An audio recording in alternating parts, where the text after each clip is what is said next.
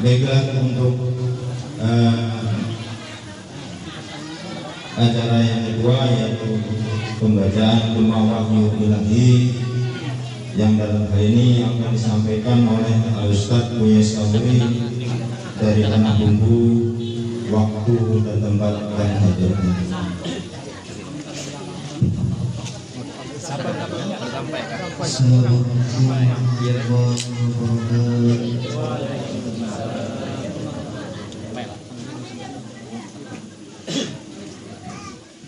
A'udzu billahi minasy syaithanir rajim.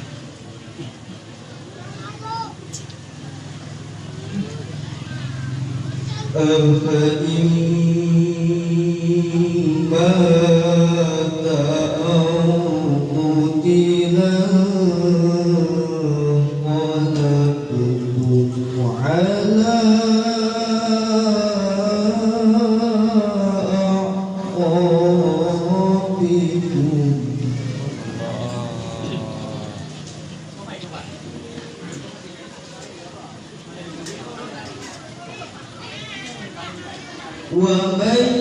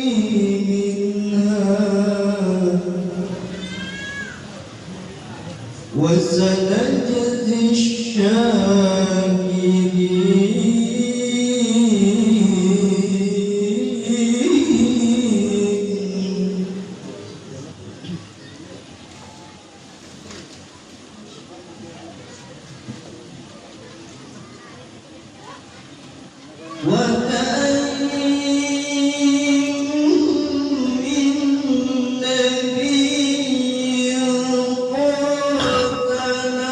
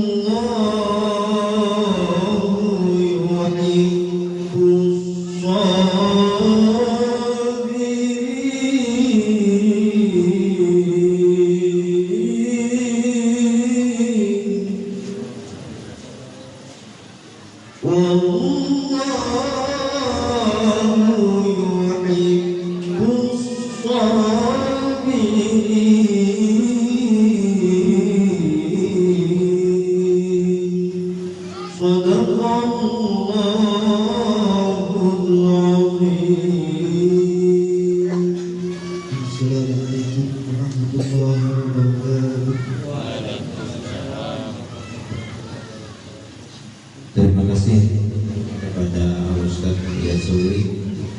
Mudah-mudahan dapat pahala khususnya bagi pembaca dan umumnya bagi kita yang mendengarkan. Untuk acara yang ketiga yaitu sambutan. Untuk sambutan yang pertama kami mintakan kepada Bapak kita yaitu Bapak Kepala Desa Batuang. Waktu dan tempat kami persilakan.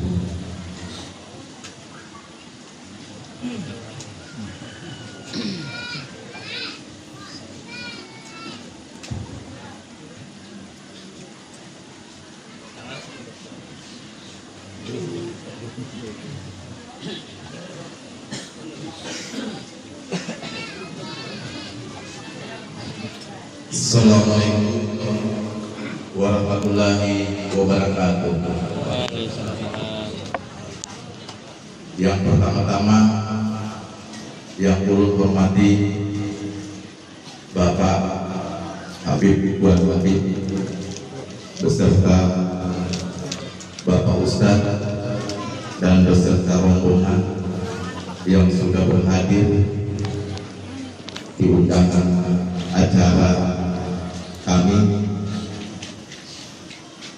yang ulun hormati Bapak Dewan DPRD Kota Baru Bapak Barul Hilmi yang sudah jauh-jauh dari Kota Baru turut serta menghadiri acara maulid di desa kami,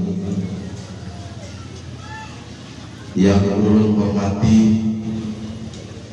bapak-bapak para tokoh agama, alim ulama, tokoh masyarakat, tokoh adat, dan sudah berkumpul di acara kami, yang ulun hormati bapak-bapak, ibu-ibu, para tamu undangan yang sudah ikut hadir di sini. Ini membuktikan atas kecintaan kita kepada Muhammad Sallallahu Alaihi Wasallam, di mana kita sebagai pengikutnya, untuk kita mendekatkan diri kepada Allah Subhanahu Wa Taala. Yang ulun hormati selaku ketua masjid beserta rombongannya yang sudah mendampingi acara kita, semoga acara hari ini berjalan dengan baik dan mendapatkan ridho berkah dari Allah Subhanahu Wa Taala. Wabil khusus kepada tuan rumah Bapak Juhri yang sudah mengundang kita semua untuk berhadir di acara maulid di rumah beliau. Ini merupakan suatu kecintaan kita kepada Allah Subhanahu Wa Taala. Semoga dengan acara ini, acara maulid ini, beliau Bapak Juhri dan seluruh masyarakat serta yang hadir di sini semua mendapat berkah dari Allah Subhanahu Wa Taala. Amin. Marilah kita memanjatkan puji syukur kehadirat Allah Subhanahu wa Ta'ala yang mana senantiasa telah memberikan rahmat berupa kesehatan, berkah, sehingga kita dapat berkumpul di acara maulid ini, baik yang dari jauh maupun yang sudah dekat berhadir di sini. Semoga semua kita mendapatkan, tetap disehatkan jasmani dan rohani. Tak lupa pula kita mengucapkan salawat dan salam atas junjungan Nabi besar Muhammad Sallallahu Alaihi Wasallam yang senantiasa membimbing kita sehingga kita menjadi pengikut berjalan di jalan yang benar dan baik. Para hadirin yang sama berbahagia, begitupun para ibu-ibu, walaupun dengan kuat kondisi cuaca yang sedikit pengap, alhamdulillah tetap bergembira ceria dalam menyambut maulid Nabi Muhammad Sallallahu Alaihi Wasallam. Sekali lagi, ulun selaku pemerintah desa mewakili mengucapkan terima kasih yang sebesar-besarnya atas kehadiran Bapak Ibu, wabil khusus Bapak Ustadz Habib Al-Idrus dari Batu Licin beserta rombongan, dan Bapak Ketua DPRD, Bapak DPRD Baru Ilmi.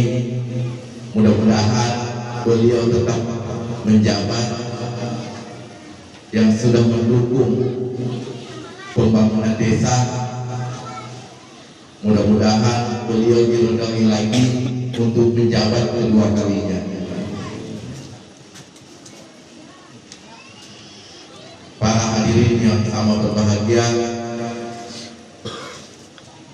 mungkin itu saja yang bisa ulun sampaikan. Lebih dan kurangnya mohon maaf yang sebesar-besarnya. Wabillahi taufiq wal hidayah. Wassalamualaikum warahmatullahi taala wabarakatuh.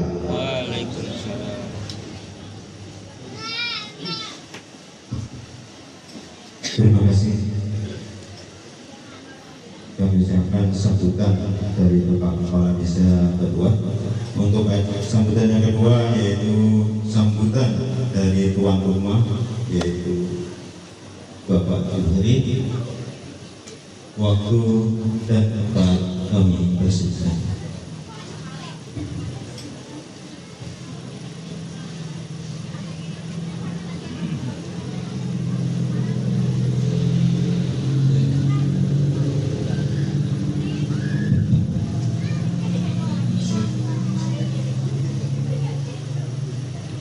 Assalamualaikum warahmatullahi wabarakatuh. Waalaikumsalam. A'udzubillahi minasyaitonirrajim. Bismillahirrahmanirrahim. Rabbi shrah li sadri wa yassir li amri wahlul 'uqdatam min lisani yafqahu qawli. Amma ba'd. Yang memuliakan ayah dan Habib Al-Idrus S.Sus MM. Beliau adalah ayah kita sebagai pengasuh pondok pesantren Darul di Sungai Dua. Kemudian beliau ini langsung menjabat sebagai ketua Tabligiyah PCNU Kalimantan Selatan. Tanah Hulu. Terima kasih ada waktu beliau untuk mendatangi daerah kami, desa kami terpencil ini.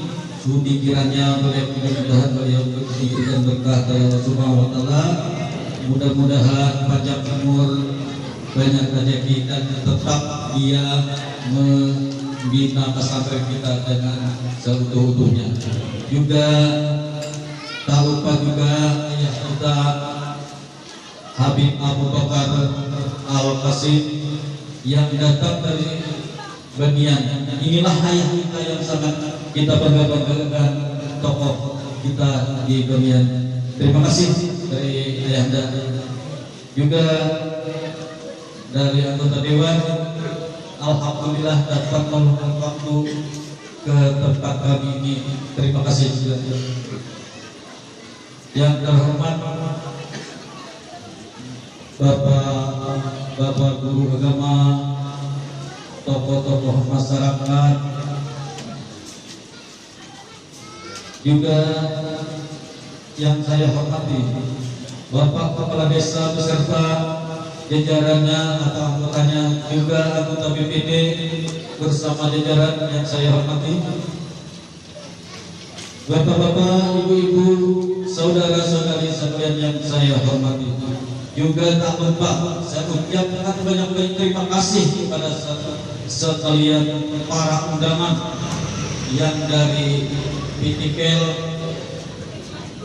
Gendang Timburu, Bagian, Kikil, Menunggul, juga dari Teputuk, Sengayam, maupun Ayam Sari, ada dari Alam Raya juga ada, kemudian kemungkinan dari Bentala juga daerah Alpin.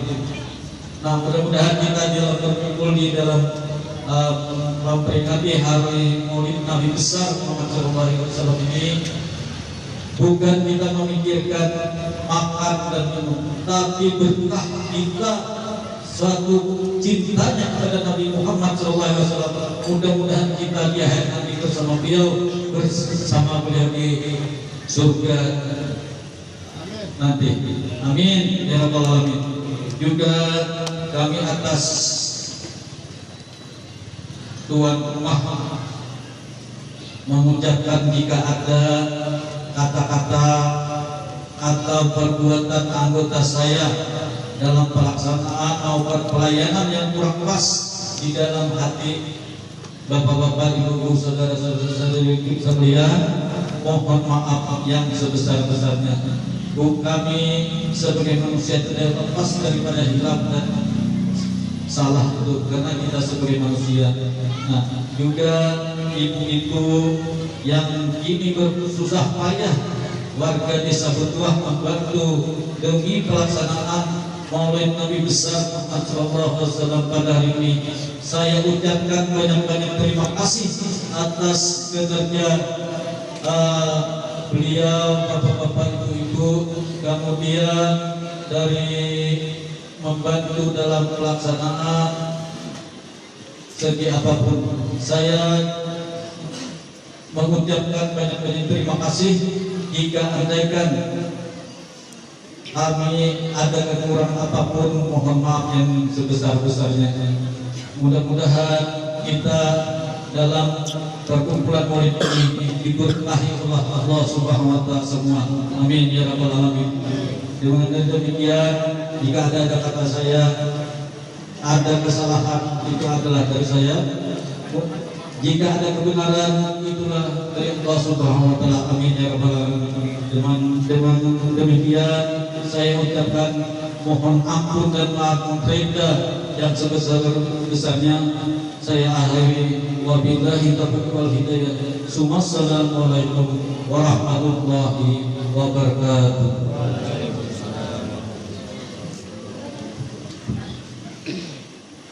Terima kasih mengucapkan sambutan dari tuan rumah untuk membantu ini. Untuk acara yang terakhir, yaitu acara yang kita nantikan, yaitu tausiah agama yang akan disampaikan oleh Habib Al-Idrus Esos FM. Jadi kami mohon maaf. Jadi untuk ceramah agama langsung menutup doa. Jadi dari saya membawa acara, apabila ada kesalahan kata-kata kami mohon maaf yang sebesar-besarnya. Untuk tausiah agama, waktu dan tempat kami aturkan. Allahumma sholli ala Muhammad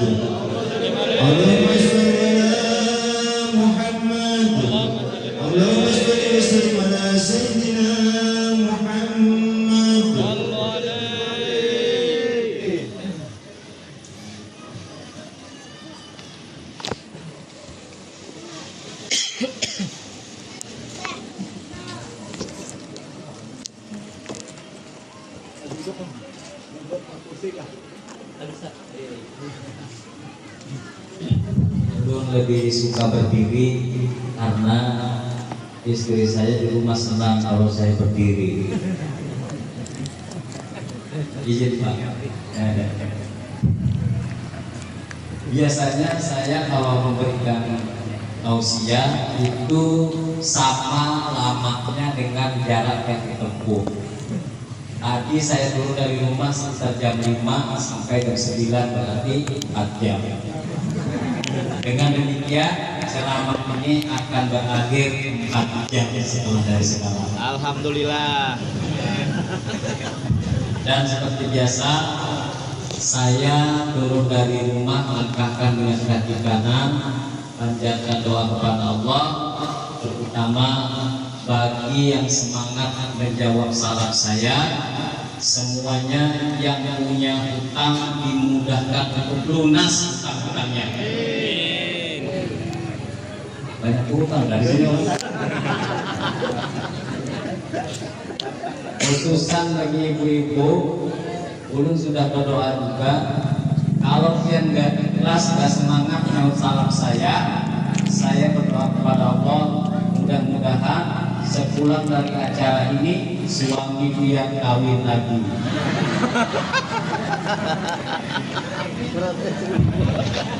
Assalamualaikum warahmatullahi wabarakatuh.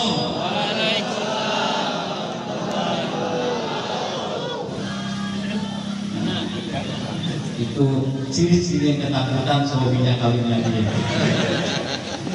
Astagfirullah. Alhamdulillahirabbil alamin. Alhamdulillahil qawi sultanu al-wali burhanu al-maqsudi bil wujudi karamu wa ihsanu. Allahumma shalli wa sallim ala sayyidina wa maulana Muhammad bi rahmatillah adada ma fi ilmillah salatan wa salaman da'iman dawami mulkillah wa ala alihi wa ashabihi wa man wala wala haula wala quwwata illa billahil aliyyil azim. Ashhadu an la ilaha illallah wahdahu la syarika lah wa ashhadu anna sayyidana Muhammadan abduhu wa rasuluhu wan nabiyya ba'da. Qala rabbi ishrah li sadri wa yassir li amri wahlul 'uqdatam min lisani yafqahu qawli. Raditu billahi rabba wa bil islami dina wa bil muhammadin nabiyya wa rasul. Wa qala Allah ta'ala fil Qur'anil karim, a'udzu billahi minas syaitonir rajim. Bismillahirrahmanirrahim. Laqad ja'akum rasulun min anfusikum azizun 'alaihi ma 'anittum harisun 'alaikum bil mu'minina raufur rahim. Sadaqallahul 'azim. Wa qala Allah ta'ala, innallaha wa malaikatahu yusholluna 'alan nabi ya ayyuhalladzina amanu shallu 'alaihi wa sallimu taslima. Sadaqallahu 'azim. Wa qala an-nabiy sallallahu alaihi wasallam, yusallu mar'uma ma'aman ahabba amma ba'da. Pertama dan utama, mari kita panjatkan puji dan syukur kita kehadirat Allah Subhanahu wa taala yang masih memberikan kita kesempatan bertemu, berkumpul, bersilaturahim dalam keadaan sehat walafiat jasmaniah dan rohaniah kita, sehingga bersama-sama di pagi menjelang siang hari ini kita bermunajat kepada Allah, berzikir kepada Allah, memperdengarkan, melantunkan dan memakai daripada ayat-ayat suci Al-Quran Al-Karim. Demikian pula salawat serta salam tiada hentinya kita haturkan kepada beliau, sang junjungan alam, baginda Nabi Muhammad sallallahu alaihi wasallam, dengan seluruh keluarganya dan pula para sahabat-sahabatnya, demikian pula dengan seluruh pengikutnya hingga yaumil qiyamah. Para hadirin wal hadirat rahimakumullah. Kemudian perkenankan al-fakir mengucapkan hormat dan ta'zim kepada jami'il kiram ahli bait Nabi sallallahu alaihi wasallam, hadiran daripada ahli bait Rasulullah sallallahu alaihi wasallam. Wabil khusus ayahanda kita bersama, orang tua kita bersama, yaitu ayahanda Al-Habib Abu Bakar Al-Ba'asyir.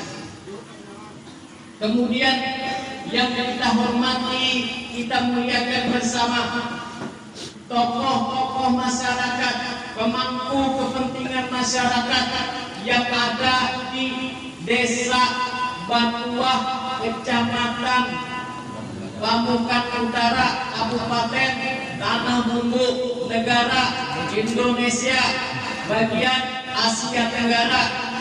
Habis itu wabil khusus yang kita muliakan Bapak anggota DPRD Kabupaten Kota Baru. Kayaknya lu para bergeser ke calon kesini aja nih. Kemudian yang kita hormati Bapak Kepala Desa, seluruh jajaran-jajaran dia. Kemudian yang kita hormati para tokoh masyarakat, Jami'ul Quram, Al-Ulama Warasatul Anbiya, terkhusus kepada guru-guru agama, para takmir masjid, guru taman pendidikan Al-Quran, tokoh-tokoh daripada desa ini yang semuanya mudah-mudahan dirahmati Allah Subhanahu wa Ta'ala. Seluruh hadirin wal hadirat, wabil khusus daripada pembaca Maulid Simtuturah. Semoga dengan pembacaan Maulid Simtuturah ini senantiasa suasana Islami dengan memangsa sholawat kepada baginda Rasulullah senantiasa menggema di desa kita. Amin ya rabbal alamin. Hadirin wal hadirat rahimakumullah. Pertama, Al-Fakir menyampaikan terima kasih wabil khusus kepada Sahibul Hajat, kepada tuan rumah yang sudah mempersiapkan, memfasilitasi sehingga terlaksananya acara kita pada hari ini. Semoga apa yang menjadi jerih payah, apa yang telah mereka keluarkan, keringat yang tercurahkan, pikiran bahkan biaya, semoga Allah memberikan balasan yang setimpal dan berlipat ganda. Amin ya rabbal alamin. Kemudian perkenankan Al-Fakir menyampaikan rasa sukacita, rasa bahagia bisa bertemu, bersilaturahim. Sebenarnya Al-Fakir dia adalah patras untuk berdiri di sini, tapi karena ini daripada mengabulkan hajat daripada sesama muslim, ulun sudah meminta izin kepada ayah kita. Mudah-mudahan sidin ridho, dan itu merupakan pertanda bahwa Allah Subhanahu wa Ta'ala ridho kepada ulun. Oleh karenanya rasa sukacita ini ulun bawa dan berhadapan dengan pian. Semoga silaturahim ini menjadi silaturahim yang dimaksudkan oleh baginda Nabi, bahwa orang yang bersilaturahim akan dipanjangkan umur, dimurahkan rezeki, dan juga diampunkan segala dosa-dosanya. Amin ya rabbal alamin. Hari ini kita berada di bulan Rabiul Awal. Bulan Rabiul Awal ini paling tidak Allah Subhanahu wa Ta'ala membuat atau terjadi peristiwa bulan Rabiul Awal ini. Allah tetapkan ada 3 kali hidayah secara garis besar. Yang pertama yaitu hari kelahiran baginda Nabi Muhammad SAW. Yang kedua adalah peristiwa hijrah baginda Nabi Muhammad SAW. Dan yang ketiga adalah wafatnya baginda Nabi kita Nabi Muhammad SAW. Oleh karenanya bulan Rabiul Awal adalah merupakan bulan yang dipilih dan ditetapkan Allah Subhanahu wa Ta'ala. Bahkan letak daripada bulan Rabiul Awal adalah setelah selesainya bulan Shafar. Bulan Shafar adalah bulan yang menjadi titik kembalinya segala dosa-dosa maksiat umat manusia yang dilakukan naik kepada Allah, maka dikembalikan. Di dalam para riwayat salafun shalihin kita bahwa di Arba Mustamir, hari Rabu terakhir bulan Shafar, Allah menurunkan 230.000 macam bala kembali ke permukaan bumi. Para hadirin rahimakumullah. Oleh karena itu, di bulan Safar ini seolah-olah Allah ingin menyampaikan kepada kita, dengan biasa kita melihat ada bintang jatuh di langit itu, apa yang namanya meteor. Siapa yang pernah melihat meteor? Pasti kita pernah melihat meteor jatuh. Itu Bapak Ibu hadirin, besarnya meteor itu kurang lebih ada yang seperti rumah, ada yang seperti mobil, yang paling kecil seperti belum. Itu namanya meteor. Masuk dia dari angkasa menuju kepada bumi, hancur lebur setelah melewati yang namanya atmosfer. Ada nggak kalau sekolahan di sini Pak Kades? Tahu ya Pak atmosfer? Apa? Nah, atmosfer itu jenisnya adalah yang menyelimuti bumi daripada partikel-partikel ruang angkasa. Termasuk meteor. Seandainya meteor itu tanpa ada melewati atmosfer, mungkin berjatuhan di desa Batuah ini meteor. Tapi karena ada atmosfer itu, maka terpecah-pecah menjadi halus. Ini adalah ilustrasi bahwa Allah menurunkan bala di bulan Safar. Itu semuanya jatuh pada hari ini Bapak Ibu hadirin. Tetapi kenapa tidak terlihat bala seperti kita saksikan? Itu karena Allah mengabulkan doa-doa permohonan daripada salafun sholihin kita, para ulama-ulama kita. Di sepertiga malam mereka meneteskan air mata memohonkan ampun kepada umat manusia, kepada Allah Subhanahu wa taala, sehingga balak-balak tersebut menjadi halus-halus. Ya, nang santri pekorengan, tiba-tiba kepala desa menjejak paku, umpamanya itu balak yang kecil aja lagi. Karena akibat apa? Adanya lapisan atmosfer doa yang dilakukan oleh para ulama-ulama dan guru-guru kita. Ini bulan Safar. Setelah itu Allah memberikan kebahagiaan daripada umat manusia khususnya, yaitu dengan mengadakan bulan yang namanya Rabiul Awal, yang dipilih oleh Allah untuk menjahirkan, untuk melahirkan kekasihnya Sayyidina wa Maulana Muhammad sallallahu alaihi wasallam. Kita akan mencoba mengkupas daripada 3 peristiwa besar yang terjadi di bulan Rabiul Awal. Yakni yang pertama adalah peristiwa kelahiran baginda Nabi Muhammad sallallahu alaihi wasallam. Para ulama mengatakan dalam menyampaikan kalimat menjahirkan, ada pula yang mengatakan melahirkan. Lalu apa beda makna di antara kedua kalimat ini? Allah menjahirkan baginda Nabi Muhammad sallallahu alaihi wasallam.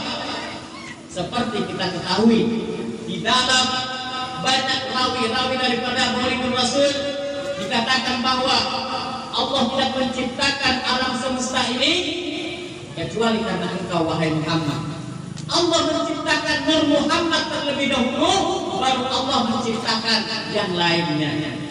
Allah menjahirkan Nabi Muhammad, berarti Allah menjahirkan Nur yang dicintai Allah. Allah menjahirkan nama yang terbentang di gerbang surga Allah. La ilaha illallah Muhammadur Rasulullah. Allah menjadikan ke dalam bentuk yang sudah dipilih oleh Allah, yaitu sebagai bentuk manusia yang sempurna. Lalu apa makna kalimat Nabi Muhammad dilahirkan? Ini pertanda dan ini bukti bahwa Nabi Muhammad sallallahu alaihi wasallam berdasarkan firman Allah, laqad ja'akum rasulun min anfusikum, telah diutus seorang nabi dan rasul dari bangsa kalian sendiri, maksudnya manusia. Nabi Muhammad mempunyai seorang ibu, Nabi Muhammad mempunyai seorang ayah. Artinya Nabi Muhammad dilahirkan dalam bentuk kesempurnaan manusia sebagai uswatun hasanah, sebagai contoh teladan bagi hamba atau bagi umat setelah terutusnya beliau menjadi nabi. Para hadirin wa hadirat rahimakumullah. Ini bisa kita bayangkan. Bagaimana jika Allah berkehendak menjahirkan kekasih beliau Nabi Muhammad dalam bentuk yang berbeda? Sebenarnya bisa. Kun fayakun, tidak bisa bagi Allah. Allah Maha Besar, Allah Maha Kuasa. Seandainya Allah menciptakan nur Nabi Muhammad dijahirkan sebagai bentuk yang berbeda dengan kita tidak akan mampu untuk meniru.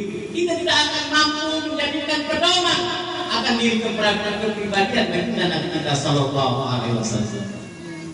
Misalkan Allah menciptakan Nabi kita dalam bentuk separuh manusia, separuh misalnya cahaya, supaya berbeda. Karena ada ayat yang akan diatur, makanya kada terjadi. Seandainya separuh manusia, separuhnya isu,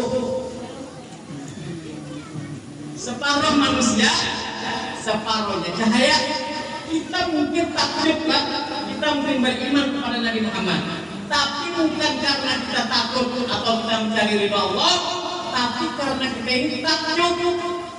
Kita mengidolakan Nabi Muhammad karena Nabi Muhammad separuh manusia, separuh cahaya. Tidak. Atau kita sebaliknya, ibu-ibu, Nabi Muhammad ini diciptakan dalam bentuk yang berbeda, separuhnya manusia, separuhnya mungkin api, atau bentuk wajah yang sedang misalnya, atau dengan tindak tanduk yang di luar daripada kebiasaan manusia. Misal beberapa kali apabila Nabi Muhammad menunjuk, maka orang yang ditunjuk misalnya langsung mati, umpamanya bisa, tapi tidak Allah berikan hal yang seperti ini. Karena Allah Subhanahu wa Ta'ala mengirimkan Rasul dalam bentuk yang sempurna sebagai contoh teladan, yaitu manusia yang sempurna. Hadirin wa hadirat rahimahullah. Kalimat Nabi Muhammad dijahirkan, kalimat Nabi Muhammad dilahirkan, sudah kita jawab bersama-sama. Siapa kerana ibunda daripada Nabi Muhammad sallallahu alaihi wasallam? Ialah seorang perempuan terbaik di zaman itu, yaitu Siti Aminah. Sebenarnya Siti Aminah itu namanya Sayyidatuna Aminah, karena di Indonesia suka menyingkat nama. Kalau di Arab tidak ada namanya Siti, yang ada Sayyidatuna, jadi disingkat di Indonesia jadi Siti. Nah itu kepanjangan Siti itu Sayyidatuna. Siapa ayah beliau? Yaitu Abdullah bin Abdul Muttalib. Bagi jelaskan, Nabi Muhammad dilahirkan dari pasangan manusia, terlahir dalam bentuk kesempurnaan manusia. Artinya Nabi kita Nabi Muhammad, Nabi dari golongan kita, bukan berasal dari planet lain, bukan pula berasal dari orang yang mengatakan Ruhullah, tapi Nabi kita adalah Nabi sebagaimana dilahirkan sebagai manusia yang sempurna. Arti manusia yang sempurna, Nabi dilahirkan dengan bentuk manusia, dari ujung rambut sampai mata, alis, mulut beliau, badan beliau, tangan beliau, kaki beliau sempurna seperti manusia. Artinya tidak ada yang berbeda dengan manusia yang diciptakan oleh Allah Subhanahu wa Ta'ala. Tetapi baginda Nabi kita sallallahu alaihi wasallam sebagai nabi akhirul zaman, dan nabi ba'da, tidak akan ada nabi lagi setelah keputusnya baginda Nabi Muhammad sallallahu alaihi wasallam. Yang namanya terakhir itu, Bu, orang keselamatan itu nah biasanya kalau datang terakhir itu aja Pak ya. Amunnya kada habis banyak. Amunnya kada habis banyak. Tapi diutusnya baginda Nabi Muhammad sebagai nabi akhirul zaman adalah sebagai penutup kerasulan, maka Allah mengistimewakan, menyempurnakan apa-apa yang ada pada diri baginda Nabi Muhammad sallallahu alaihi wasallam. Benar, Bu, mata beliau seperti mata kita, benar, artinya tidak berbeda. Tetapi mata yang diciptakan Allah untuk sosok Nabi Muhammad, mata yang penuh di bawah. Tidak satu pun orang yang pernah memandang wajah Rasulullah kembali mampu menatap wajah Rasulullah untuk yang kedua kalinya. Allahumma shalli ala sayyidina Muhammad. Benar, Bu, badan beliau seperti badan kita, benar. Tapi Nabi Muhammad diciptakan Allah sebagai nabi yang memimpin peperangan-peperangan, maka Allah juga menciptakan nabi dengan fisik yang kuat. Tidak ada sejarah satupun sirah nabawiyah yang manapun tidak ada yang mengatakan bahwa nabi adalah sosok yang lemah gemulai, nabi yang penuh toleransi dan lemah lembut. Itu hanya yang mereka buat-buat. Nabi Muhammad adalah sosok yang kuat, sosok yang tegas. Dikatakan bahwa Rasulullah mempunyai fisik yang sangat kuat, dibuktikan dengan olahraga yang beliau senangi, berkuda. Berkuda itu memerlukan fisik yang kuat. Coba untuk tanya, adakah orang berdua yang sudah pernah naik kuda? Ada? Jangan naik kuda, bukan melihat kuda harus kuat. Pernah malam jam 2, jam 3 kan? Berarti sini pemain subuh. Tapi mungkin lain kuda asli, namanya kuda-kudaan. Kenapa ibu-ibu di sini sunyi Pak Kades? Jangan-jangan kuringan ibu-ibu. Bu, ampihan gerah. Berhenti kan? Saya pun tidak masalah, Bu. Saya tidak masalah. Mau berhenti sekarang atau berhenti 3 jam lagi tidak masalah bagi saya. Karena saya yakin, seyakin-yakinnya bahwa amplopnya sudah dilem sama panitia. Kalau tidak ada masalah saya berhenti sekarang, tetap aja isinya. Lanjutkan. Lanjut terus. Olahraga yang disenangi oleh Nabi memanah, Bu. Kemudian sambil berkuda memanah. Coba bayangkan. Ya betul, fisik tuh sambil memanah dan kena. Kalau kita sambil memanah juga tapi lapas. Kemudian Bu, olahraga berenang. Kemudian Rasulullah diriwayatkan dalam Sirah Nabawiyah itu pernah ditantang oleh pegulat. Di Arab itu Bu, ada budaya namanya beradu kekuatan. Nah, Nabi ditantang oleh yang saat itu menjadi juara di negeri situ. Tantang Nabi. Lalu Nabi menerima tantangan itu dan diriwayatkan Nabi menjadi pemenang dalam pertandingan itu. Allahumma shalli ala sayyidina Muhammad. Berarti kalau pegulat saja bisa beliau kalahkan, apakah masih ada yang meragukan kekuatan fisik baginda Rasulullah SAW? Seluruh pengamat militer pernah membuat kesimpulan bahwa panglima-panglima Islam yang terkuat mulai Sayyidina Umar bin Khattab, dari Hamzah, kemudian Khalid bin Walid, semua mereka menyandingkan bahwa Rasulullah di atas daripada rata-rata kalian mereka semua. Allahumma shalli ala sayyidina Muhammad. Jadi sosok Nabi kita benar sebagai manusia, tapi manusia yang disempurnakan oleh Allah Subhanahu wa taala. Itu sebabnya kita sebagai umat Nabi Muhammad perlu lebih banyak mengetahui apa-apa yang menjadi keistimewaan yang diberikan Allah kepada baginda Nabi kita Nabi Muhammad sallallahu alaihi wasallam. Para hadirin wal hadirat rahimakumullah. Kelahiran baginda Nabi Muhammad terjadi bulan Rabiul Awal. Peristiwa ini tercatat sejarah kurang lebih tahun 571 Hijriah, 571 Masehi. Kalau dikalenderkan itu kurang lebih tanggal 12 Rabiul Awal.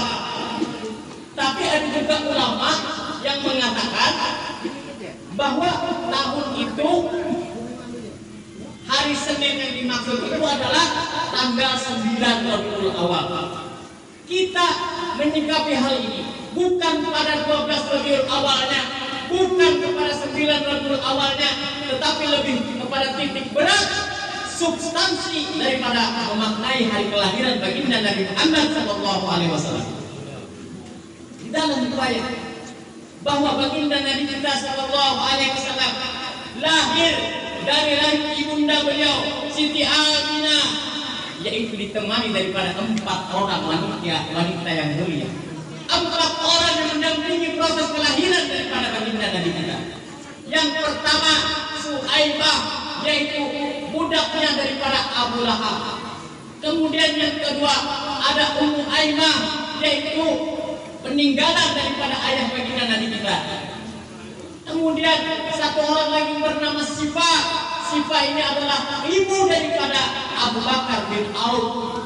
Kemudian satu lagi yang bernama Fatimah binti Utsman, tapi bukan Utsman Khulafaur Rasyidin, bukan, Utsman yang berbeda. 4 orang ini menjadi saksi bahwa malam itu, malam Senin, alam semesta bergembira untuk menyambut kelahiran baginda yang agung. Hampir tiada hembusan angin, semua hikmat daripada proses kelahiran baginda Nabi Muhammad SAW. Bahkan dilaporkan padamnya api sesembahan kaum Majusi yang beribu-ribu tahun hidup tiba-tiba mati pada malam hari itu. Kemudian peristiwa yang terbesarnya juga menjelang kelahiran baginda Nabi kita adalah peristiwa runtuhnya tentara bergajah Raja Abraha yang ingin menghancurkan Ka'bah. Wah hadirin wal hadirat rahimakumullah. Oleh karenanya pada saat malam kelahiran itu, Suhaibah yang merupakan budak daripada Abu Lahab, setelah menyambut daripada kelahiran baginda yang agung, dia segera mengkabarkan kepada Abu Lahab yang merupakan paman daripada Rasulullah. Wahai tuanku Abu Lahab, aku ucapkan selamat kepadamu karena telah lahir anak laki-laki dari saudaramu. Maka Abu Lahab bergembira. Abu Lahab bergembira dan membebaskan Abu Suhaibah dari perbudakannya dan memberikan hadiah. Karena tradisi orang Arab kalau senang bahagia itu apa yang ada di awalnya diberiakannya. Senang. Peristiwa ini diabadikan oleh Allah Subhanahu wa taala dalam Al-Qur'an bahwa Abu Lahab adalah salah satu contoh yang ditakdirkan Allah dari golongan keluarga Rasul tapi tidak beriman dan tidak berislam di hadapan baginda Nabi Muhammad sallallahu alaihi wasallam. Dikatakan bahwa Abu Lahab akan menerima azabnya Allah dalam nerakanya Allah. Tetapi dikatakan pula bahwa Allah meringankan siksa terhadap Abu Lahab karena dia bergembira atas kelahiran keponakan beliau. Padahal saat itu Nabi Muhammad belum menjadi Rasul, hanya ini namanya melahirkan. Abu Lahab tidak mengerti yang namanya menjahirkan. Padahal Nabi Nabi Muhammad itu dijahirkan Allah bahkan mulai sejak Nabi Adam alaihissalam berkunjung kepada Abdullah dan lahirlah baginda Nabi kita yang zahir. Bergembira Abu Lahab dilepaskan sisa umurnya sejak malam Senin. Kita mempermasalahkan 12.000 awal kah, 9 kah? Kada penting lagi. Kalau Abu Lahab bergembira sejak malam Senin, kita harus bergembira setiap malam supaya Allah tidak dapat memberikan azab kepada kita. Ini dalil yang paling viral. Nah, oleh karenanya dari 4 orang ini yang menyaksikan kelahiran baginda Nabi Muhammad SAW, diriwayatkan bahwa Nabi lahir dalam keadaan yang bersih. Hampir tidak ada titik noda darah dalam persalinan ini. Nabi lahir sudah memakai cilak kata beliau. Bahkan Nabi sudah berkitab. Nabi mempunyai tanda-tanda khusus ketika lahir ke dunia dalam keadaan bersujud kepada Allah Subhanahu wa taala. Adakah orang Papua yang lahir bersujud? Tidak. Paling-paling tumbul orang Banjar kok. Paling-paling tumbul di kampung ada orang yang lahir pakai kakaban. Kalau bukan kakaban kok serudung. Kok kesakan kulit.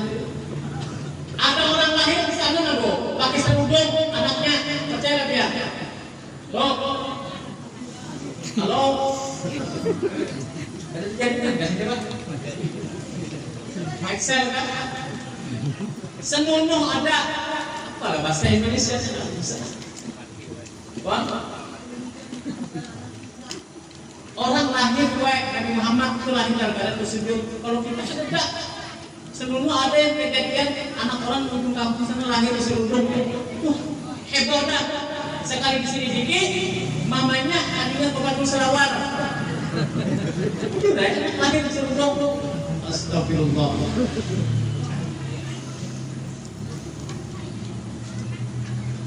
Ibu-ibu, Bu, ada dia kan ulun mulai sana. Lihat lah. Bu, ujungnya di sini tuh ulun ada kabar. Ada tuan guru sini menyanyi anak orang, ujunglah. Bu,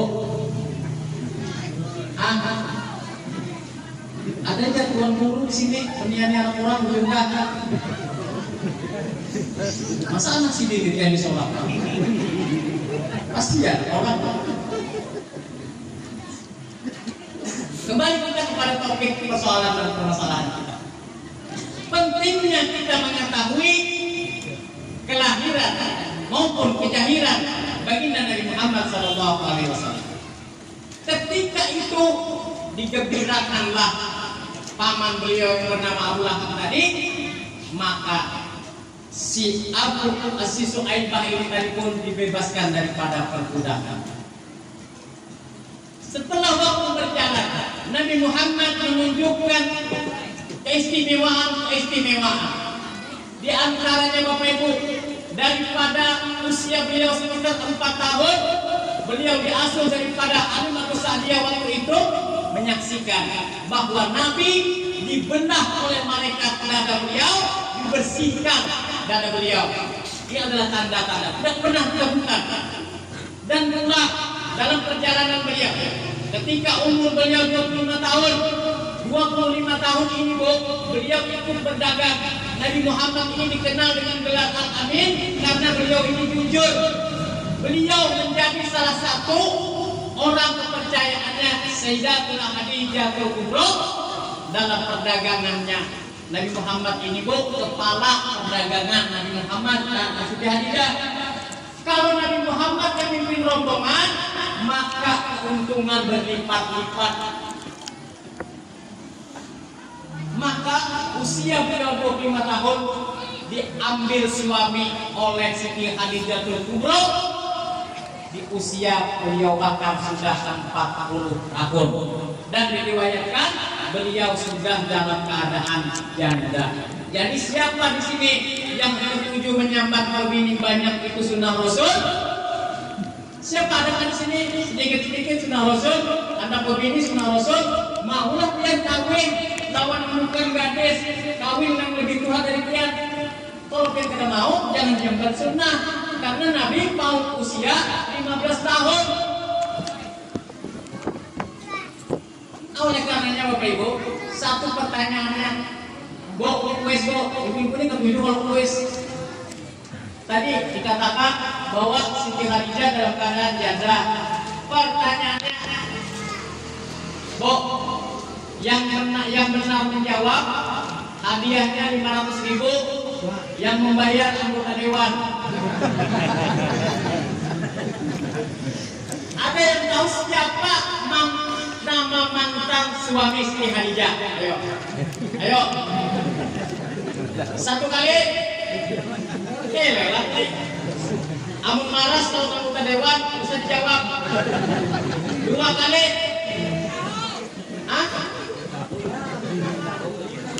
Bilanya salah lah menjawab, iya turun denda. Nama mantan suami Siti Khadijah Kubra itu adalah Abu Hala. Iya, ini sudah. Abu Hala. Dia ingati kalau kan ada tulis lagi, itu jawabannya. Siti Khadijah Kubra memberikan penghormatan kepada Nabi Muhammad dengan menjadikan kepala rumah tangga sebagai imam. Kemudian di usia beliau 40 tahun, Nabi kita Nabi Muhammad SAW diangkat menjadi rasul, diangkat menjadi nabi dengan turunnya surah yang pertama yaitu Iqra. Ini pertanda bahwa nabi didampingi dengan Al-Qur'anul Karim. Bapak Ibu hadirin sekalian yang dirahmati Allah Subhanahu wa taala. Al-Qur'anul Karim adalah pendamping daripada kenabian Nabi Muhammad sallallahu alaihi wasallam. Mukjizat terbesar Nabi Muhammad sallallahu alaihi wasallam yang bahkan menjawab seluruh problematika kehidupan, karena setiap kitab suci itu diutus kepada nabi-nabi sesuai dengan keperluannya. Sesuai dengan keperluannya Bapak Ibu. Bahkan Nabi Adam sekalipun tidak didampingi kitab suci. Karena apa yang diatur? Nabi Adam selamat. Zaman Nabi Idris, zaman Nabi Nuh, terus bahkan di zaman Nabi Musa ada kitab Taurat. Aturannya hanya seputar keperluan umat Nabi Musa. Begitu pula dengan Nabi Ibrahim, Nabi Isa alaihissalam diwakili dengan Injil. Nabi kita Nabi Muhammad didampingi dengan kebesaran mukjizat beliau yaitu Al-Qur'an Al-Karim. Makanya Bapak Ibu, kalau ada orang yang permasalahannya di luar daripada Al-Qur'anul Karim sebagai jawabannya, maka itu lahirnya salah zaman. Tahu maksudnya salah zaman? Misal ada orang yang lahir anaknya tapi abahnya kededak, hamil di luar. Ada di sini, Bu? Ada kan sini orang yang hamil di luar, nggak ada ayahnya, kededak loh. Waduh sama yang banyak di sini kededak ketahuan. Orang yang lahir anaknya tanpa ayah itu lahirnya hidupnya salah zaman. Mestinya mereka lahir zaman Nabi Isa. Kenapa umpat zaman Nabi Muhammad? Diumpat Nabi Muhammad, Al-Quran sudah menjawab masalah ini. Hukum-hukum pernikahan sudah jelas, syarat dan hukum dan syaratnya sudah jelas. Jadi kita sebagai umat Nabi Muhammad mengikuti daripada Al-Qur'anul Karim di sunnati Rasulullah SAW sebagai jalan keluar problematika hidup kita. Jangan kita mengambil daripada perilaku zaman Nabi yang berbeda. Misalnya ada anak yang durhaka kepada orang tuanya. Anak durhaka kepada orang tuanya ini salah zaman, lahir zaman Nabi Muhammad. Mestinya ini lahirnya di zaman Nabi Nuh. Anak durhaka bu, Nabi Nuh mau menyelamatkan umat binatang-binatang. Anak sini melawan. Salah zaman ente kadang-kadang ente. Demikian pula Allah Subhanahu wa taala memberikan keutamaan Al-Qur'an sebagai pendamping daripada kenabian Nabi Muhammad, nabi penutup, nabi akhirul zaman. Al-Qur'an sudah berbicara semua bidang, Pak. Semua bidang ada dalam Al-Qur'an. Al-Qur'an bicara pertanian, bicara masalah politik, antropologi, kesenian, ilmu perbintangan, hubungan antara masyarakat, semua sudah dijawab dan ada dalam Al-Qur'an Karim. Sehingga pantaslah Allah mengutus Rasul Sallallahu Alaihi Wasallam menjadikan Nabi Muhammad dan melahirkan Nabi Muhammad sebagai Nabi akhirul zaman, Nabi penutup. Tidak ada lagi Nabi setelah terutusnya baginda Nabi Muhammad Sallallahu Alaihi Wasallam. Jadi kalau ada orang tiba-tiba mengatakan dirinya jadi Nabi, jadi Rasul, sebagai umat Rasulullah kita wajib untuk ada percaya. Nah, kayak apakah bentuknya? Biarpun umpamanya jenggotnya sampai ke batis, kenyangnya, tetap ada kawin jadi Nabi, karena Nabi sudah berakhir. Para hadirin wal hadirat rahimahullah. Kemudian yang pertama kali kelahiran baginda Nabi Muhammad di Rabiul Awal, yang kedua adalah peristiwa hijrah Nabi Sallallahu Alaihi Wasallam. Peristiwa hijrah ini kita maknai dengan bentuk rasa cinta Nabi kita kepada kita umatnya. wabil khusus kepada umat yang ada di sekitar beliau pada saat itu. Ketika turun perintah hijrah dari Allah, Nabi Muhammad mengatakan, wahai umatku, berangkatlah kalian lebih dulu, karena yang ingin dibunuh, yang ingin dilenyapkan itu adalah aku. Maka biarkan aku yang menghadapi mereka, dan biarkan semuanya menjadi urusan Allah Subhanahu wa Ta'ala. Berangkatlah kalian terlebih dahulu. Ini adalah bentuk cinta Nabi kepada umatnya. Seandainya itu berbalik kepada zaman sekarang, pemimpin-pemimpin kita zaman sekarang, wallahu a'lam bishawab. Kalau ini hendak dibunuh orang, mungkin dipasangnya pengawal di rumah banyak-banyak, atau ingin melarikan diri dahulu. Tapi Nabi Muhammad mencintai daripada pengikutnya melebihi daripada cinta beliau kepada nyawa Siddiq Saumar. Ini makna hijrah yang dapat kita ambil pelajaran bahwa Nabi mencintai kita. Inilah cinta yang ditunjukkan sebagai tanggung jawab seorang Rasul. Maka dikatakan kita, bagaimana kita membalas daripada lebih baik baginda Rasulullah, bagaimana kita membalas cinta daripada Nabi kita Nabi Muhammad SAW. Kita mengatakan bahwa kita mencintai baginda Nabi Muhammad, tapi apa yang sudah kita lakukan, apa yang telah kita perbuat? Karena ciri-ciri orang mencintai itu paling tidak ada beberapa yang mudah kita bicarakan. Yang pertama, apabila kita mencintai seseorang, maka kita ini pasti sering menyebut namanya.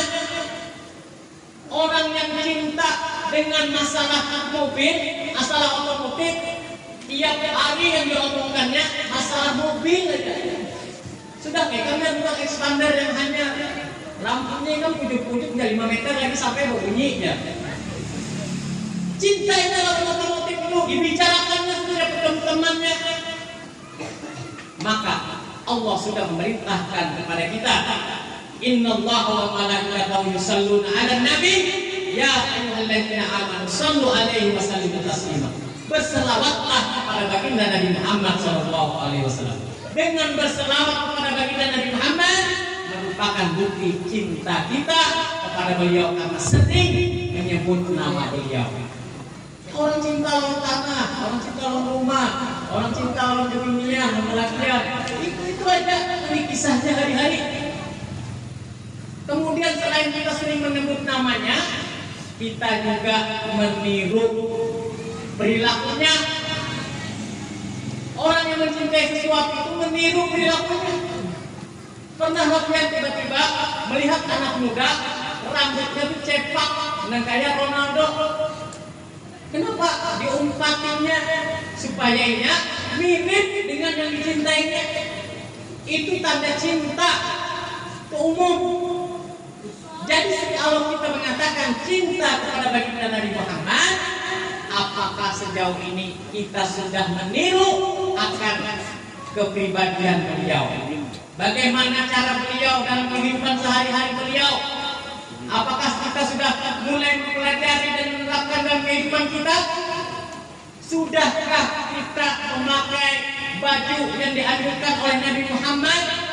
Sudah tertutupkah aurat istri dan anak-anak kita? Sudahkah kita menjadi contoh teladan bagi anak-anak dan istri kita?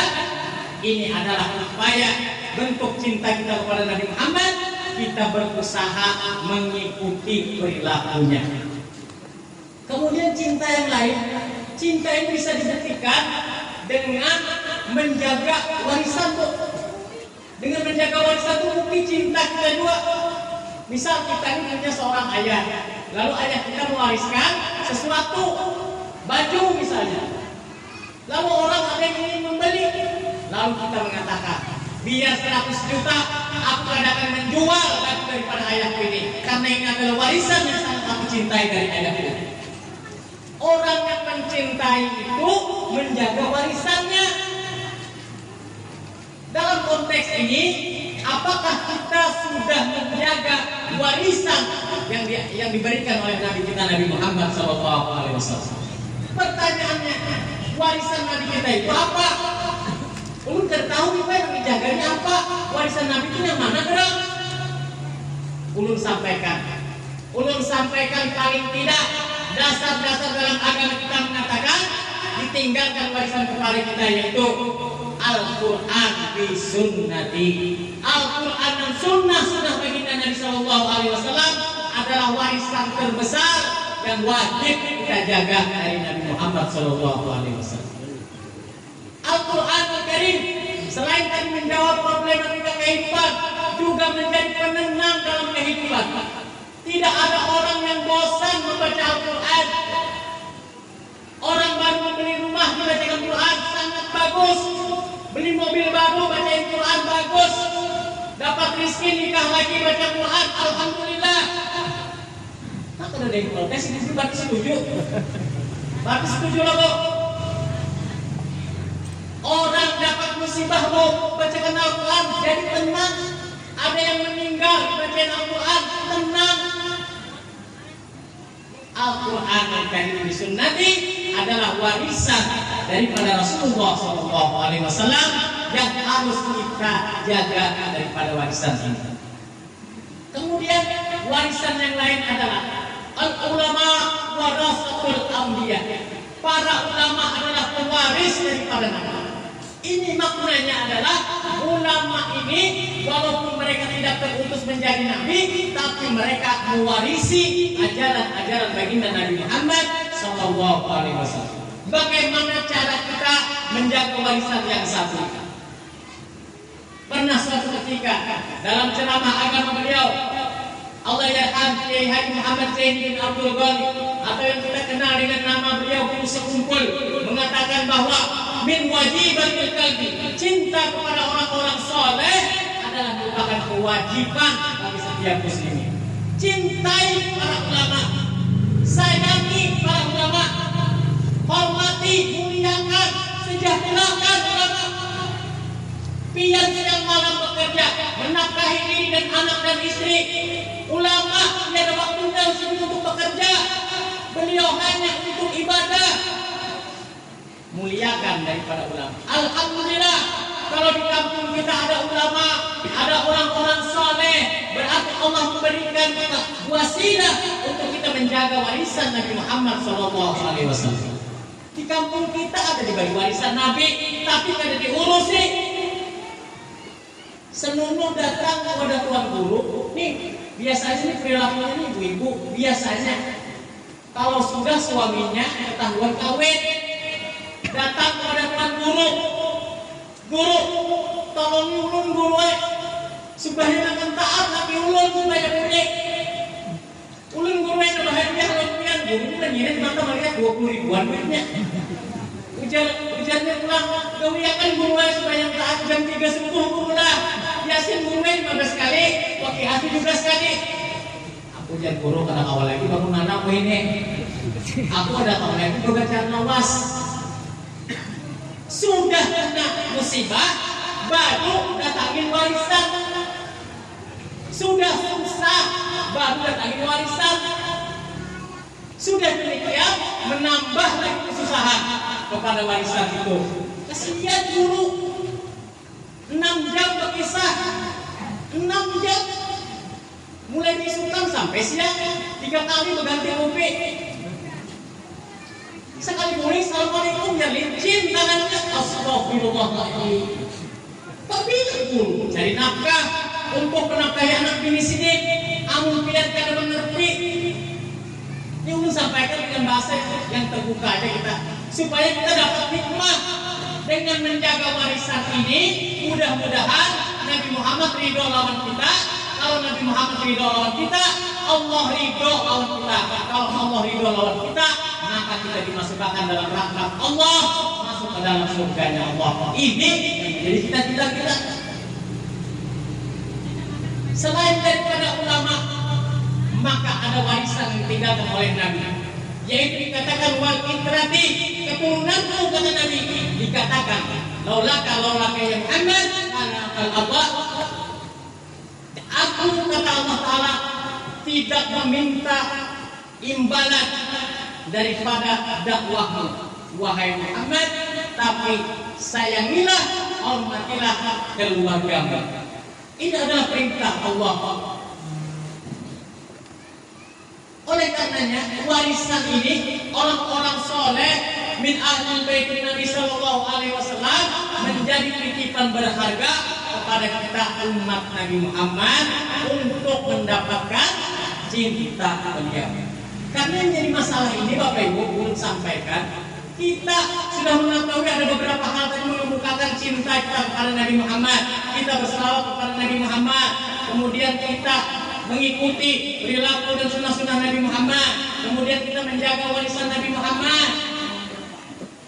Ini adalah upaya kita dalam rangka nanti kita pada masa untuk mendapatkan keselamatan daripada azabnya Allah. Karena di pada masa itu Bapak Ibu, semuanya orang yang pernah dilahirkan itu akan dibangkitkan kembali.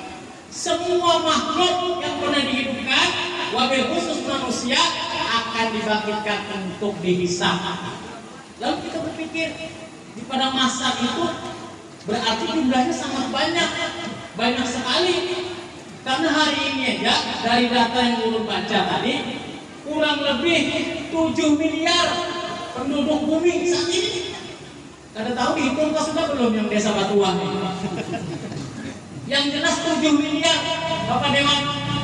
Kalau sekarang ada 7 miliar, belum lagi kiamat masih belum terjadi, belum lagi jumlah penduduk yang mati duluan, berarti akan ada bermiliar-miliar manusia di pada masa itu. Bagaimana nasib kita? Bagaimana kita bisa menjumpai Nabi Muhammad kalau kita di dunia kada kenal Nabi Muhammad? Bagaimana kita bisa dikenali oleh Nabi Muhammad karena kita tidak memberikan ciri-ciri sebagai umat Nabi Muhammad? 7 miliar manusia bro. Kalau ada yang pernah umrah berada di hadapan Ka'bah, ada kawan lagi melihat kiri kanan, kawan se-RT bisa lebih nanggung lagi, saking banyaknya manusia. Apalagi di pada masa itu tidak ada orang yang memakai aksesoris, pakai baju, tidak ada, semuanya telanjang. Berarti pornografi loh, iya pornografi. Karena apa bro? Pian hendak putar baju di mana? JNT sudah sampai ke Mantar, sampai di sini Sofi, sampai lah Pak. Yang paket-paket, kalau gua ada ulu ya, tiap hari pagi sore JNT. Di akhirat itu, di pada masa itu tidak ada lagi toko orang berjualan baju mendadak. Jadi lahir itu telanjang semua. Oh, kalau begitu kayak tidak aurat dong. Bukan masalah auratnya, tapi ada urusan yang lebih besar daripada saling melihat di orang. Tadi ada lagi ingin melihat di orang apa tuh? Makanannya panjangnya ada lagi. Ada lagi. Main tuh bagusnya ada lagi. Kenapa kok? Ulun beri contoh satu. Kalau urusan yang lebih berat itu ada di depan kita, maka urusan yang lebih ringan ini kita pikirkan. Ulun beri contoh ya. Orang yang sedang melahirkan. Orang melahirkan. Bu. Astagfirullah. Kira-kira pakai genset sepertinya sih dia. Apa dengar? Apa genset kan? Genset. Orang melahirkan ibu pasti pernah. Pian kalau melahirkan itu, belum dipadai dokter kawan ulun. Ternyata kontraksi yang terjadi pada saat melahirkan itu sama sakitnya 20 tulang dipatahkan secara bersamaan. Itu sakitnya orang beranak. Makanya bapak-bapak yang kalau kita tawa-tawa, jadi ini beranak. Sana kemari berokok, dia tahu senang ini maka sama kawan 20 kali 20 tulang patah bersamaan. Sakit tahu? Sakit loh. Saat itu dia menuju acara persalinan itu, terpikirlah dia lagi hendak mengganti baju, hendak berselawat apa dikadahkan, terpikir lagi mana lagi itu dan gimana yang ada lagi wae. Hilang kepikiran dia itu karena memikirkan selamatkah aku dikadah pada saat melahirkan. Sama kok di pada masa kurang lebih seperti itu. Selamatkah kita atau pada di pada masa itu aja kita pikirkan lagi. Kada peduli lagi orang berhiga-higa. Kada tahu lagi orang berselamat. Kada itu kan urusan kita. kita sibuk dengan urusan kita sendiri. Allahumma shalli ala sayyidina Muhammad. Bagaimana cara kita membuat Nabi Muhammad mengenali kita? Ini yang jadi masalah. Karena kalau kita jauh pada kita menjadi umat Nabi Muhammad, mudah-mudahan kita mendapatkan syafaat, masuk surga bersama Nabi Muhammad. Sembahyang ada, berzakat ada hatur, berumrah toler, anak yatim ditandang, kuitang dijawab, laki disimpan. Inilah umat Nabi Muhammad yang akan masuk surga Nabi Muhammad.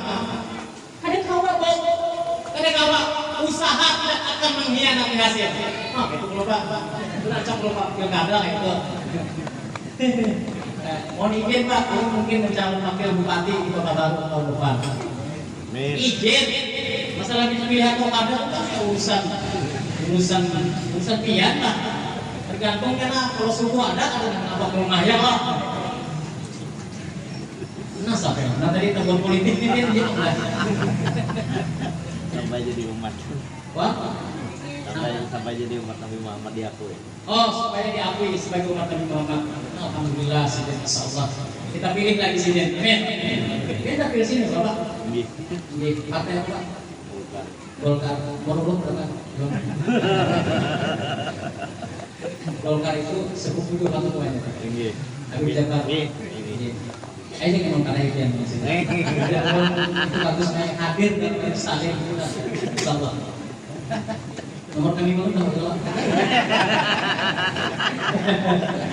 Kayak apa supaya kita ini dikenali oleh Nabi Muhammad di tengah miliar-miliar umat manusia yang dibangkitkan.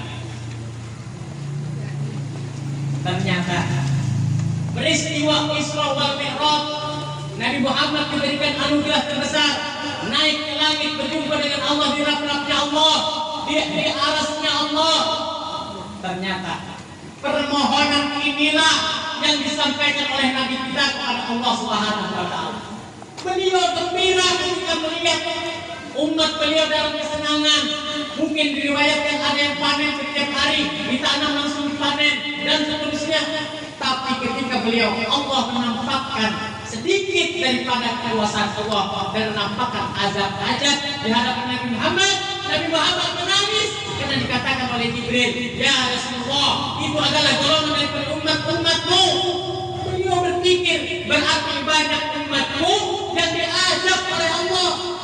Ini bu, setelah menghadap berjumpa dengan Allah, maka raut wajah baginda Nabi kita tidak seperti yang dibayangkan oleh Allah. Dibayangkan diberikan hadiah dengan wajah yang ceria, tapi Nabi Muhammad tidak tampak dari kasih kegembiraan. Dan dikatakan, apa yang engkau inginkan wahai kekasihku? Maka dijawab oleh Rasulullah, ya Allah, perkenankan aku membuat permohonan ini. Bahkan aku telah engkau tawarkan melalui malaikat Jibril. Ketika aku berdakwah, ketika umatmu melempari aku dengan batu, maka malaikat Jibril mengatakan, ya Rasulullah, berdoalah kepada Allah, berdoalah, mintalah kepada Allah, niscaya dua bukit ini akan menghancurkan daripada musuh-musuhmu ini. Tapi Nabi Muhammad tidak mengambilkan, tidak berdoa kepada Allah atas kehancuran, dan beliau mengatakan, aku diutus bukan untuk menghancurkan mereka, tapi aku diutus untuk membawa rahmat kepada sekalian alam. Dan ketahui wahai malaikat Jibril, doaku aku simpan untuk berjumpa dengan Allah. Aku akan memintakan keselamatan kepada seluruh umat. Setelah terungkap permasalahan ini, maka Allah memberikan jaminan sebagai anugerah hadiah terbesar kepada umat Nabi kekasih beliau. Diharapkan pintu surga dibuka sebelum seluruh umat Nabi Muhammad masuk ke dalam surganya. Allahumma shalli ala sayyidina Muhammad. Baru nanti kita tersenyum. Lalu beliau berkata, ya Allah, bagaimana aku bisa menyelamatkan umatku padahal nanti dibangkitkan seluruh makhluk? Dikatakan, ya Rasulullah, maka berikanlah syafaatmu kepada mereka. Bagaimana aku berikan syafaat kepada orang-orang yang sama jumlahnya, sama besar dan sebagainya, sama di suatu tempat? Maka Allah memberikan hadiah terbesar sebagai identitas umat Nabi Muhammad, yaitu peristiwa Isra Mi'raj mengambil daripada perintah sholat 5 waktu. Ini adalah identitas kita, Bapak Ibu. Ini adalah cara Allah membedakan umat Nabi Muhammad dengan umat nabi-nabi yang lain. Selama Nabi Muhammad mengenal dan memberikan kita pertolongan syafaat, Allah meridhoi Nabi Muhammad. Permasalahannya, apakah kita dikenali Nabi Muhammad? Ini yang menjadi introspeksi pemikiran kepada kita. Tempuluh masih hidup, mumpung kita masih di alam dunia, maka perintah sholat ini harus menjadi dasar kita sebagai umat Nabi Muhammad SAW. Ulun mengajak kepada diri ulun sholat dan kepada kita semua, mari kita introspeksi diri. Pulang dari acara ini, semuanya masuk dalam rumah, masuk dalam kamar, ada cermin, pandang cermin tubuh Bapak. Ada loh si cermin loh, cermin. Dasar ringan ibu-ibu nih. Ampian ke sana mau. Pian berubuk aja gue udah bangunan liurna. Cermin kok. Pian pandang di cermin. Sudah ada berapa kerucut wajah pian? Sudah ada berapa plek-plek hitam yang menimpa wajah pian? Sudah berapa umur pian? Kalau ada surat-surat dari dokter, asam urat, kolesterol, darah tinggi, buka baca. Umur sudah berapa, Bu? Tanya sama orang yang ada dalam cermin, sudah berapa banyak ibadah yang kamu lakukan? Sudah benarkah rukun dan syaratnya?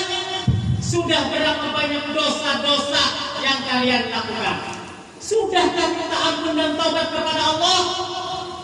Pian tanya sendiri, jawab sendiri. Karena yang lebih tahu atas diri kita, yang pertama adalah diri kita sendiri. Kita sudah menguasai diri kita sholat. Introspeksi diri. Jadikan momentum peringatan Hari Maulid Nabi Muhammad. Kita sudah melahirkan Nabi Muhammad, menjahitkan Nabi Muhammad. Kita berupaya mengetahui bagaimana cara mencintai Nabi Muhammad. Jadikan momentum ini sebagai tolak awal kembali kita untuk menjadikan kepribadian kita yang diinginkan oleh baginda Nabi Muhammad SAW. Karena ulama menyimpulkan, ketika orang akan riba, orang tidak akan dikatakan kafir. Orang berzina, dia bukan kafir. Orang durhaka dengan orang tua, bukan kafir. Tukang jual anak orang, bukan kafir. Tapi ketika kita meninggalkan sholat, maka dikatakan itulah yang menjadi pembeda antara yang muslim dan yang kafir. Aduh, salah itu kulitan dah percuma sindir-menyindir.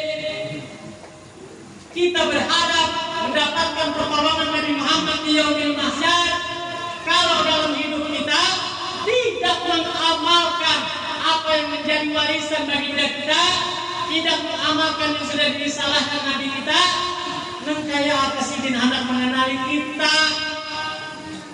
Nah, itu aja kesimpulan kedua. Mobil kopi kuali daerah, masa kayak itu main? Kata sumpah kayak itu. Ulun Pak Kades saya kalau ceramah ini terakhirnya pasti seperti itu. Kita gembira ya, kita bahagia benar, tapi harus ada nilai yang kita ambil, harus ada pertambahan perbendaharaan kita dalam upaya meningkatkan kualitas ibadah kepada Allah. Bukan kita hanya datang kumpul-kumpul, cerita-cerita, makan-makan, pulang, tetap baik sembahyang, apa hubungannya? Jujur aja, ulun bikin kue, kalau yang juga sembahyang nih, kededa penyakitnya orang yang sembahyang itu selain kok, boleh. Bisa kan? Ada kisahnya orang tua,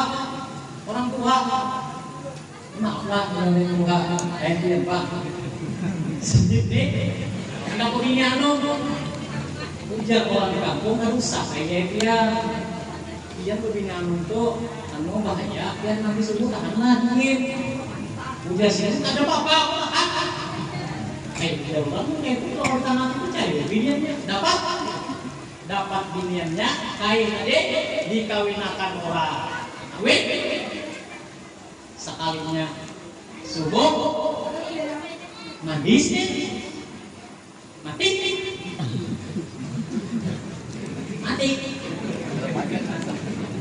sudah mati dah apa ini bisa dia menungguin kan mati.